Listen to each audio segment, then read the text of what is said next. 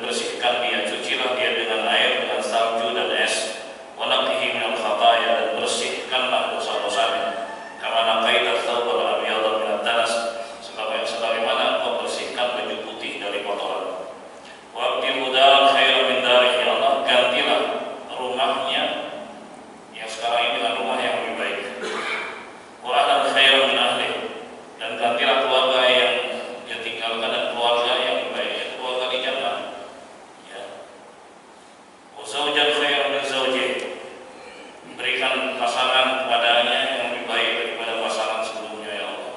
Ya kalau pria ya bidadari. Ya kalau wanita dia kembali kepada suaminya. Kalau suaminya saleh maka akan kembali kepada suaminya. Kalau dia tidak punya suami misalnya, dia akan dikasih pasangan. Ya. Yang pasti di akhirat atau di jannah itu nggak ada yang sendiri. Oleh sabil jannati azul, di jannah itu nggak ada orang yang sendirian tanpa pasangan, pasti dikasih pasangan Allah. Cuman yang sering diulas adalah para bidadari yang cantik, jelita dan seterusnya. Wa adkhilul jannah, masukkan dia ke dalam surga ya Allah. Wa aidu min adzabil qabr, ya, lindungi dia dari siksa kubur, wa min adzabil nar, dan dari siksa neraka. Kita sekali jemaah, dan ini memang perlu dihafal ya jemaah. Makanya saya katakan ada buku tentang tata cara sholat jenazah sesuai dengan sunnah Rasulullah SAW. Banyak terjemahannya, bisa bisa dibaca dan dihafalkan doa-doa yang ada di dalamnya. Jadi untuk pagi ini kita nggak ada pelajaran menghafal, tapi saya ingin mengenalkan banyaknya versi ya, doa-doa dalam sholat jenazah supaya kita tahu pilihannya itu banyak. Baik. Hari berikutnya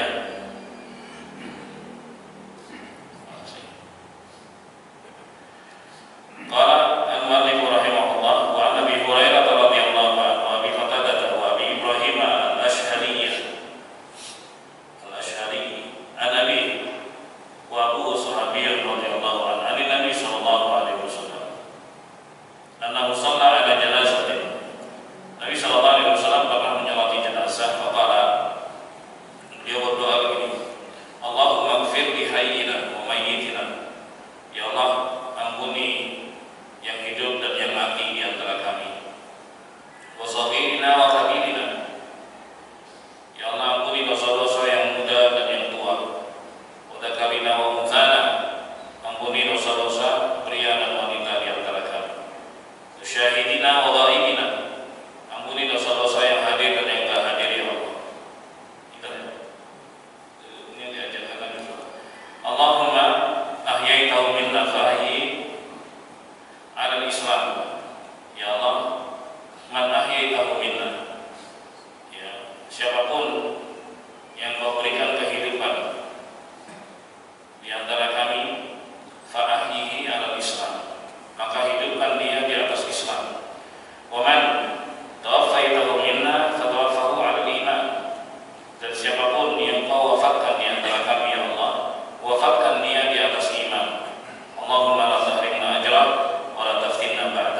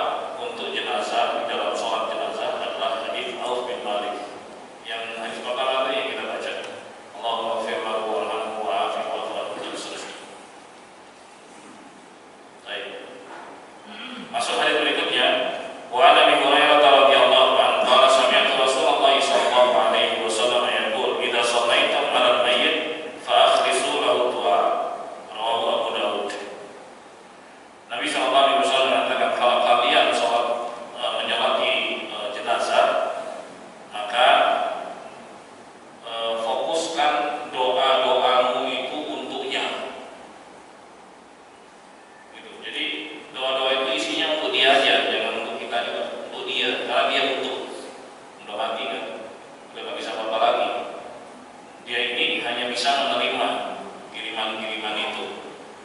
Ya, kalau doa pasti dikabulkan oleh Allah Subhanahu wa taala. Maka Rasulullah bersabda, "Fa akhlisu lahu doa." Maka berikan doa-doa kalian hanya untuk dia. Allahumma ighfir lahu warhamhu wa'afihi wa'fu anhu wa akrim nuzulahu, untuk dia semua. Supaya dia selamat. Ya, supaya dia selamat. Itu pesan Nabi kita Muhammad sallallahu alaihi wasallam. Nah,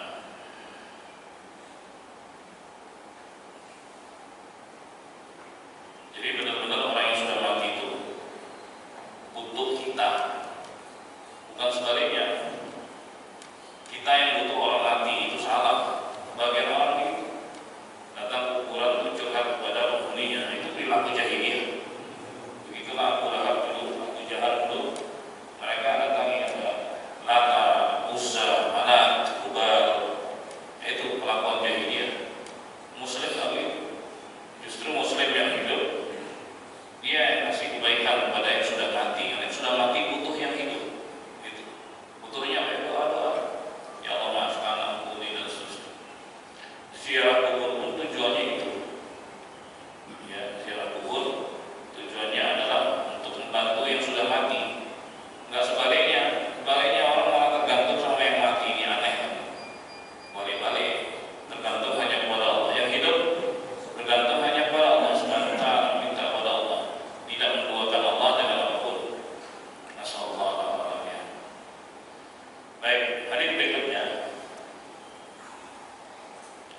Wa anhu, dan darinya, itu dari Abu Hurairah, dari Nabi sallallahu alaihi wasallam fi salati ala janazah. Dari Nabi sallallahu alaihi wasallam tentang salat jenazah. Allahumma anta rabbuha wa anta khalaqtaha wa anta hadaitaha lil Islam wa anta qabalta ruhaha wa anta a'lamu bi sirriha wa alaniyatiha ji'naka syufa'a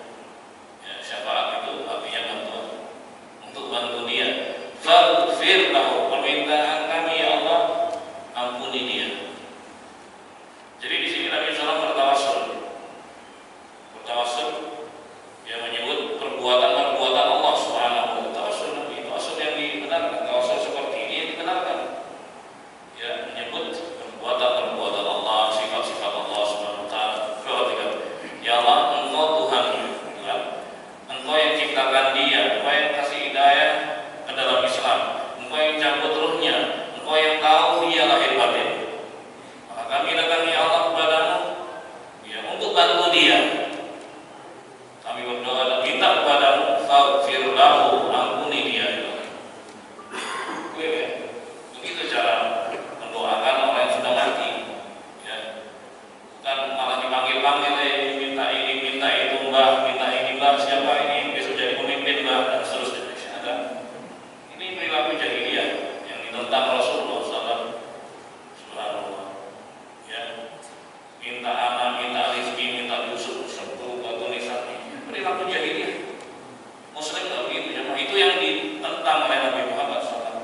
Itu menduakan Allah SWT. Mereka nggak bisa apa-apa, nggak punya kuasa sedikit pun. Mereka justru butuh bantuan yang hidup di dunia. Jelas ya.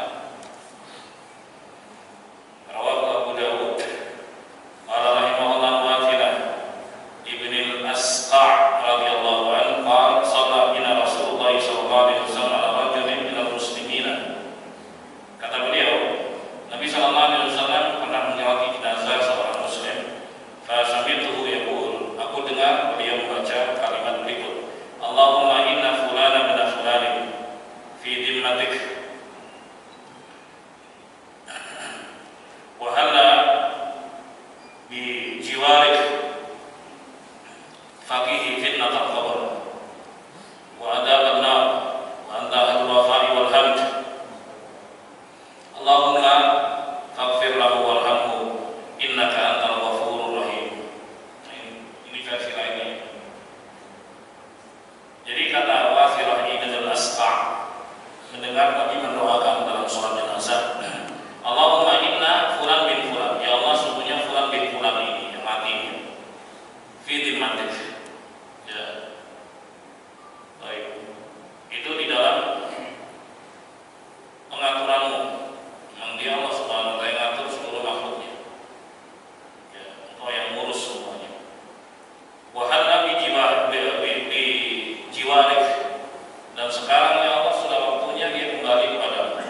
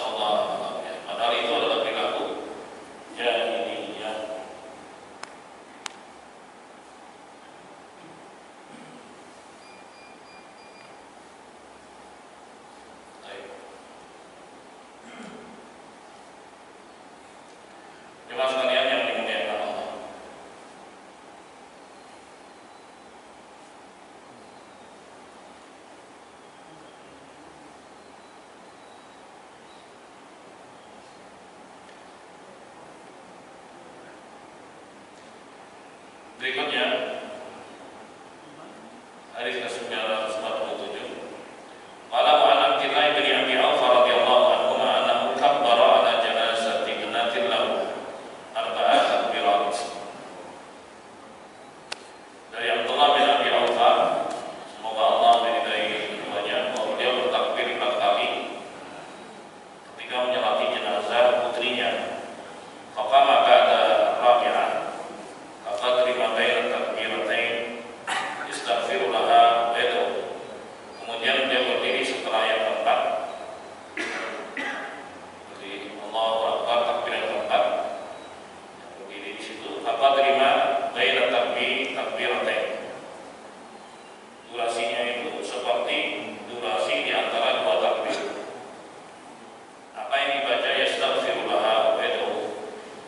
Dia berdoa memohonkan ampunan untuknya. Qala, kemudian dia mengatakan, karena Rasulullah sallallahu alaihi wasallam yasna'u hakata. Dahulu Rasulullah SAW melakukan hal yang sama seperti yang aku lakukan. Baik. Fi riwayat dan riwayat yang lain kabbara arba'an sama kata sa'atan hatta dhanantu annahu sayukabbiru khamsan.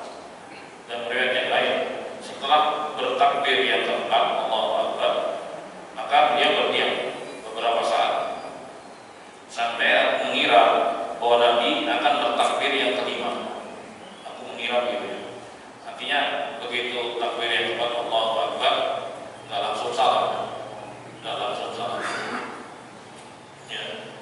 Summa sallama an yamini wa an shimali.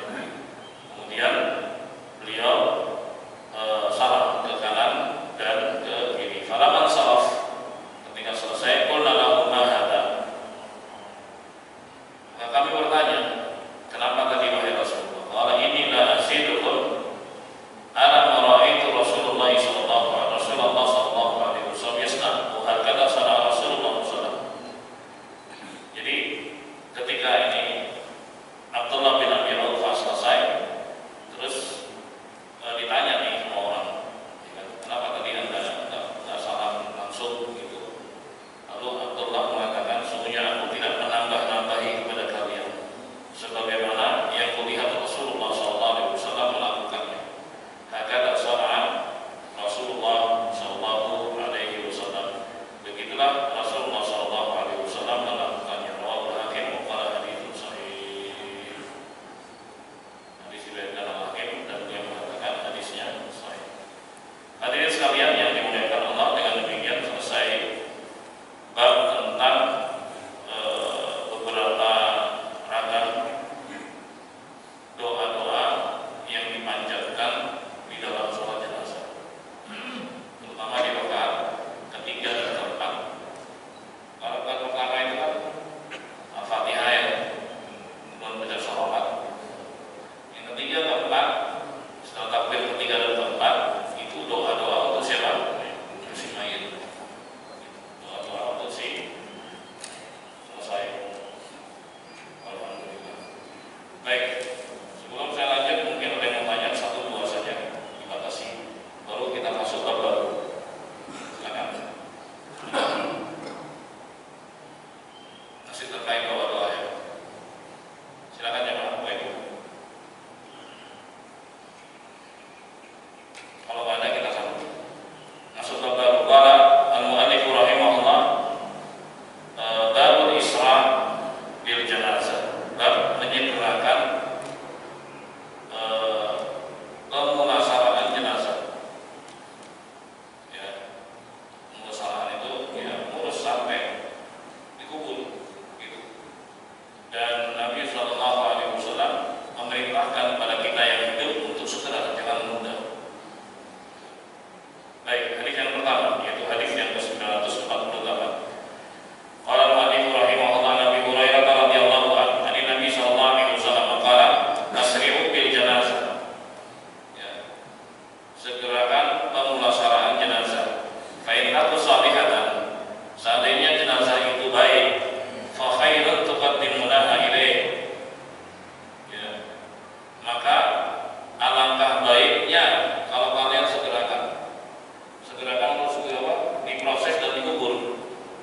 segera mendapatkan kebaikan.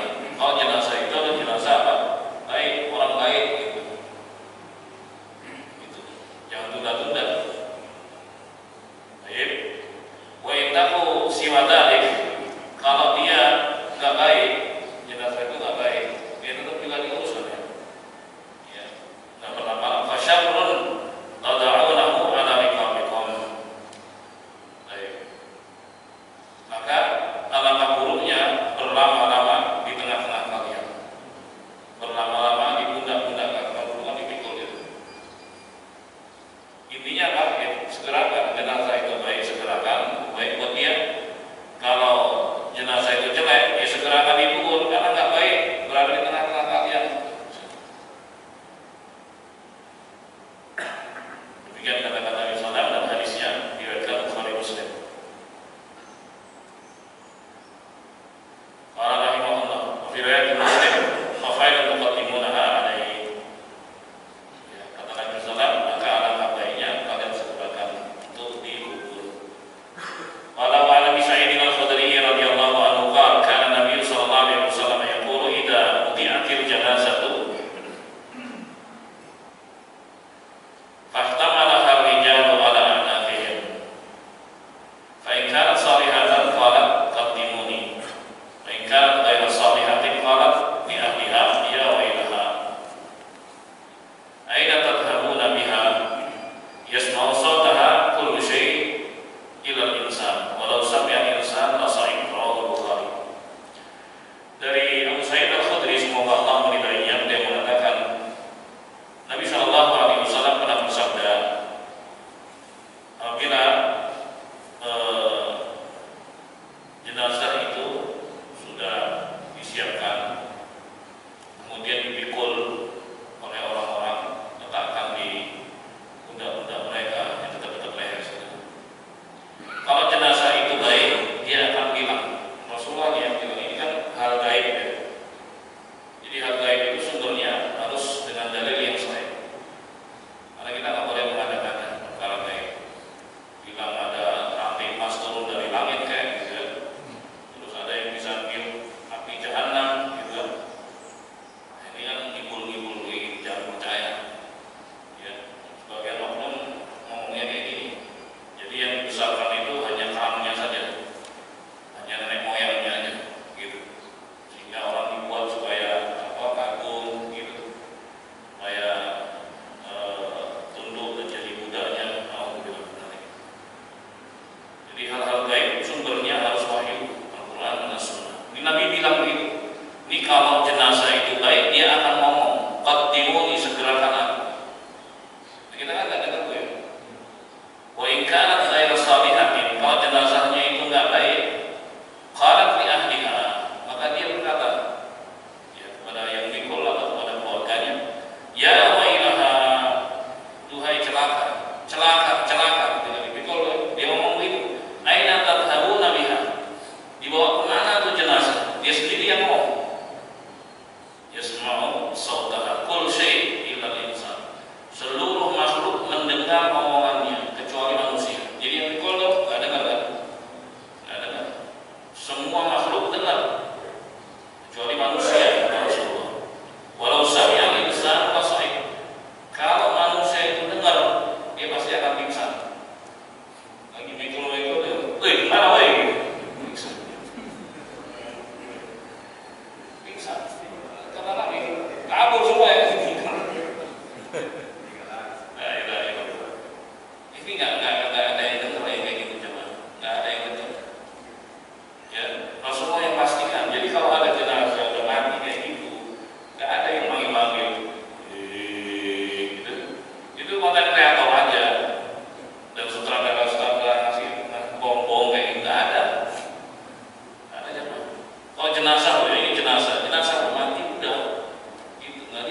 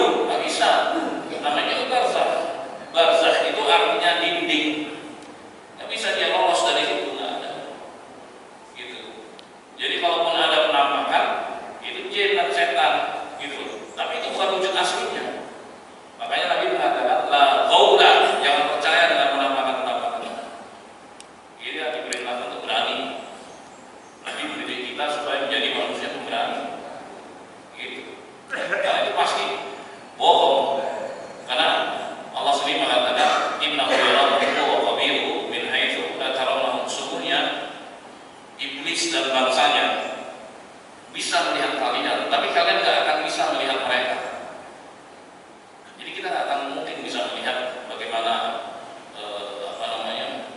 jin itu wujud aslinya, nggak bisa. Kalau penampakannya bisa, tapi itu palsu. Ya kadang-kadang ya kalau secara ilmiah disebut dengan pareidolia. Pareidolia itu seorang melihat sesuatu seakan-akan sosok padahal bukan apa-apa. Misalnya di Jawa itu putih-putih apa, ketika datang cuma tas plastik putih. Orang udah ketakutan dulu kan, gara-gara apa? Pikirannya udah negatif. Itu penyakit jiwa ini ya. Iya. Jadi penakut akhirnya. Kebanyakan racun film horor. Entah itu sundul bolong, genderuwo, apa segala macam ditontonin semuanya. Ya itu setan-setan semua, sehingga waktunya baik untuk ibadah malah takut gitu kan. Kadang-kadang uniknya karena takut meremin aja. Begitu merem hilang takutnya. Aneh kan? Kalau mau jahat, ya jahat aja kan. Nggak perlu merem itu. Aneh, merem itu jadi seakan-akan menjadi apa? Menjadi pelindung. Merem aja lah biar selamat. Kadang-kadang selimutan aja biar selamat, kan aneh. Kalau mau jahat, kan jahat aja. Gitu kan? Allah musta'an. Itu dia, pikiran negatif. Nasallallahu. Maka Nabi SAW itu mengajari kita untuk apa? Untuk berani. Itu waktu baik. Allah SWT turun ke langit dunia sebagaimana hadis sahih Muslim. Kemudian Allah berkata, "Man yad'uni fastajib, siapa yang berdoa padaku pasti aku kabulkan. Man yas'aluni fa'utiyah, siapa yang minta kepadaku pasti aku beri. Man yastaghfiruni fa'aghfirlah, siapa yang mohon ampun kepadaku pasti aku ampuni." Itu seperti amalan terakhir. Baik tahajud dan sebagainya. Ya kadang gimana mau tahu lihat aja takut ada apa gitu kan. Hadirin sekalian yang dimuliakan Allah. Jadi waspadalah dari hal-hal yang semacam itu. Nggak boleh takut, harus berani. Terus juga Umar pernah mengatakan begini, jin-jin sama Umar kan takut, ya. Umar berani. Umar bilang begini, "Laiya betuwalakum muslimuha." Sekali-kali tidak akan menampakkan diri kepada kalian jin yang muslim. Jadi pastikan yang penampakan itu adalah jin-jin kafir. Dan Rasulullah bilang apa? Aman aja, gitu. Aman, nggak ada yang gitu. Bohong aja. Bukan wujud aslinya, gitu. Kita dibikin itu berani. Sahabat dulu pernah, ya, ini juga diantara asbab atau kisah tentang ayat kursi. Ada beberapa kisah terkait itu. Ada Ubay bin Ka'ab, ada Abu Hurairah. Pak Ubay bin Ka'ab ini kurma sedekah, memang disiapin itu sedekah. Nah, jin ini suka nyolong nih. Kalau di kita kan istilahnya tuyul ya, nyolong yang mau disedekahkan. Oleh sebab itu ketika seorang mau bersedekah sesuatu, segerakan itu udah colongin, mereka senang. Ya, Ubay pagi-pagi kok berkurang, besoknya berkurang lagi, juga nggak dia. Malam-malam ya bersambar nih, nggak tidur sengaja. Ada yang ngambil. Ternyata yang ngambil itu remaja, usianya yang penampakannya remaja, ya kan, remaja. Didapat sama dia. Kamu siapa? Kamu jin atau manusia? Ya kan? Terus dia bilang, "Saya jin." Dia ngomong gitu, "Saya jin." Penampakan mukanya manusia ya, penampakannya. Coba lihat tangannya tangan serigala. Coba kalau itu penampakan sama kita gimana kira-kira? Sahabat itu santai aja, jamaah. Nggak ada takutnya sama sekali. Nggak kabur deh, nggak teriak. Terus Ubay bertanya, "Apakah jin itu semua kayak kamu?" Terus kata dia, "Engkau lebih tahu." Kenapa kau dikatakan engkau lebih tahu? Ya, karena itu hanya penampakan saja, itu bukan wujud asli. Karena Allah SWT mengatakan tadi, iblis dan bangsanya bisa melihat kalian, sementara kalian nggak bisa melihat mereka. Gitu, Allah SWT. Jadi itu hanya penampakan bohong saja. Lalu dia itu bilang, "Mau kamu tunjukkan sesuatu yang kau baca, yang kau baca, yang seperti aku ini nggak akan datang." Terus diajarkan ayat kursi itu baca. Ubay nggak percaya, langsung percaya. Besoknya dilaporkan kepada Nabi SAW tentang peristiwa itu. Lalu Nabi Muhammad mengatakan, "Shadaqaka wa huwa kadzub." Dia berkata benar walaupun aslinya dia berdusta. Izin itu berdusta aja lah. Dia mampir-mampirnya.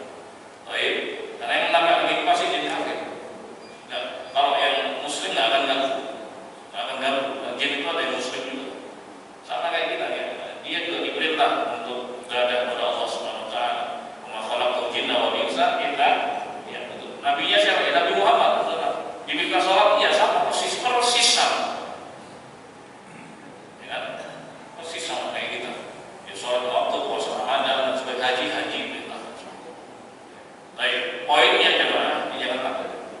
Jangan takut sama sekali. Dan akan mungkin bisa melihat mereka. Jadi kalau ada sebagian orang yang bilang ya, kalau kuburan ini baru, mereka ini pulang nih, ketok-ketok pintu, tok gitu. Ada aja berita-berita sesat kayak gitu ya. Ada yang rananya terbang dan segala macam, jangan percaya.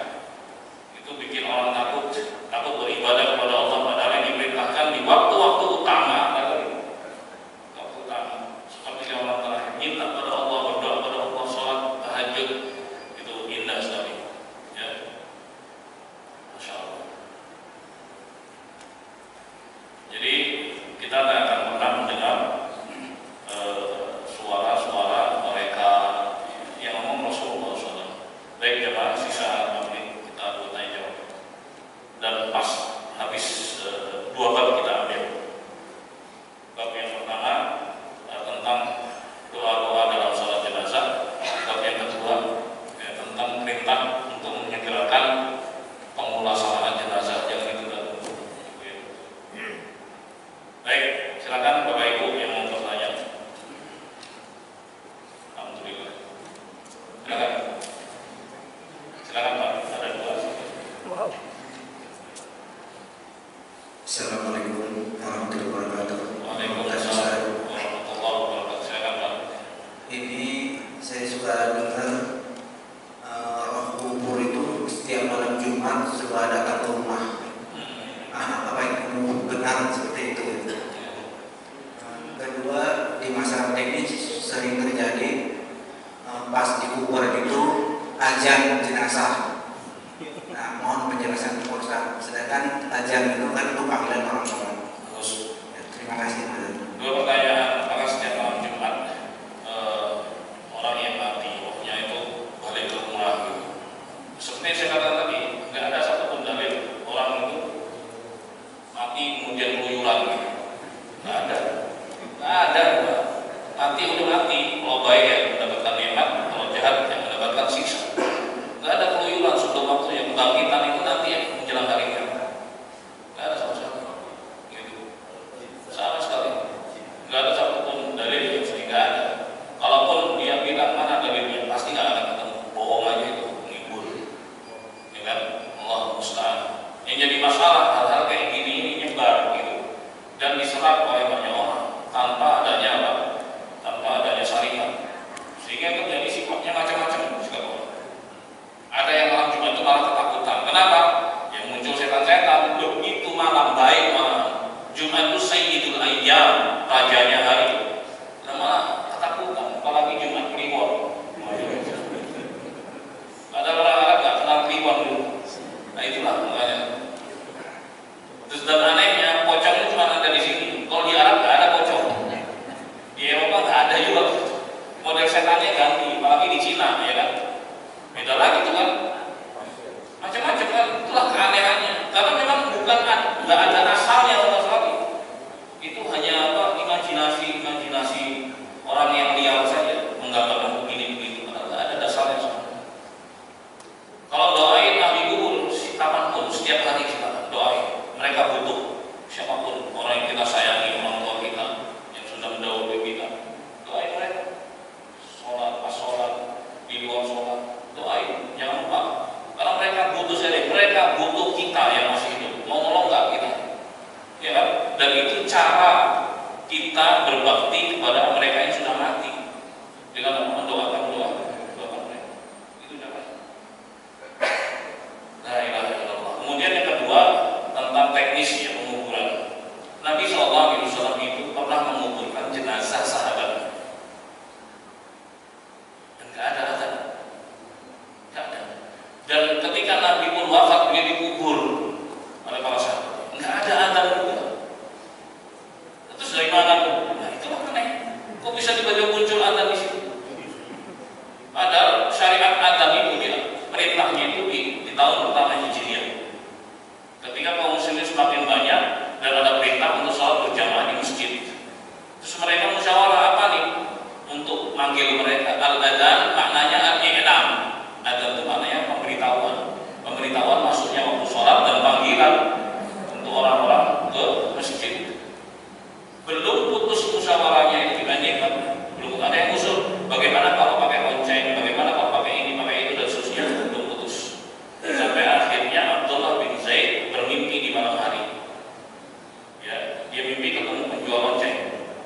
dia bilang, aku mau beli lonceng itu. Untuk apa? Untuk manggil orang sholat. Terus orang itu bilang, mau aku tunjukkan kepadamu yang lebih baik? Maka diajarkan kalimat-kalimat adzan sampai selesai ya. Terus bangun dia di pagi harinya, dia laporkan mimpi itu kepada Rasulullah. Nah di situ disetujui oleh Rasulullah. Ya. Jadi dasarnya adalah mimpi Abdullah bin Zaid dan disetujui oleh Rasulullah. Kalau nggak ada persetujuan Rasulullah ya nggak bisa. Karena ajaran Nabi SAW itu adalah ucapan beliau, perbuatan beliau, dan persetujuan. Nah sejak saat itulah kalimat-kalimat adzan dikumandangkan. Akan tapi Nabi tidak menyerahkan kepada Abdullah. Nabi menunjuk sahabatnya Bilal sebagai muadzin karena suaranya lebih lantang. Wahai Abdullah, ajarkan itu kepada Bilal. Bilal yang memandangkan. Jadi itu asal muasal syariat adzan. Dan nggak dipakai untuk mengubur jenazah. Terus bangun dia, kemana? Mau sholat. Itu kan ada kabur semuanya. Ini kan aneh-aneh bid'ah kayak itu yang jamaah yang dimuliakan Allah. Dari mana itu? Ini pernah dilakukan Rasulullah. Beliau mengubur jenazah sahabatnya dan dia juga dikubur oleh para sahabatnya. Ada di situ. Terus munculnya dari mana juga? Nanti sholat duha ada dulu deh sholat duha. Begitu akhirnya. Punya pikiran-pikiran kayak gitu, mengada-ngada, dan itu dilarang Rasulullah. Man amila amalan laisa alaihi amruna fa huwa rad. Siapa yang melakukan suatu amalan yang tidak ada perintahnya dari kami maka tertolak. Nah kayak gini yang nggak boleh. Begitu asal. Barakallahu fiik. Bagus. Ada lagi? Berapa dulu nih?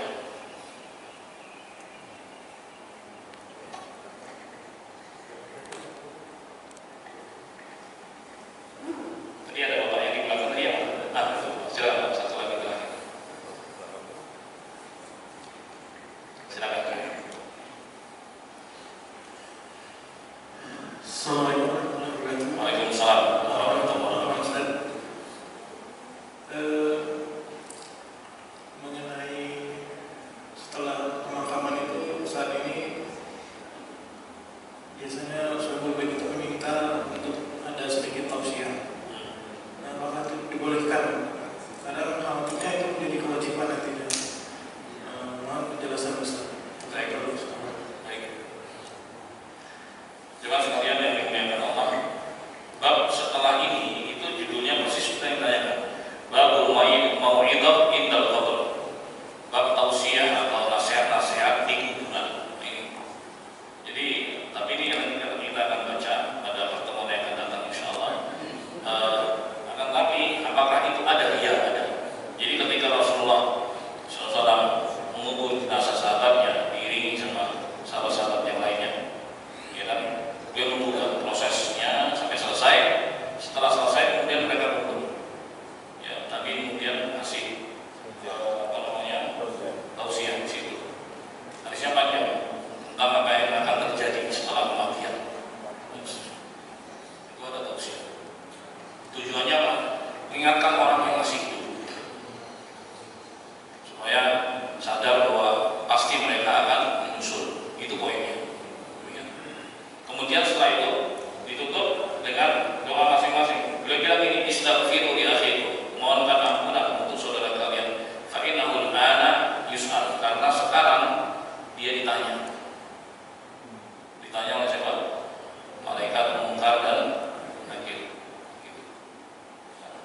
Jadi jamaah yang hadir itu dianjurkan untuk mendoakan yang sudah dikubur masing-masing. Bukan ditalkin, ucapin ya marabbuka atau nanti sebutin Allah, atau ditalkin dengan la ilaha illallah. Baca la ilaha illallah. Udah mati ditalkin. Talkin itu sebelum mati. Nah, itu yang bermanfaat karena man akhiru kalamihi la ilaha illallah dakhala jannah. Siapa yang ucapan terakhirnya adalah la ilaha illallah pasti masuk surga. Tapi kalau udah mati ya enggak. Ini yang balik-balik yang ini. Makanya perlu tadi pembelajaran tentang aturan teknisnya.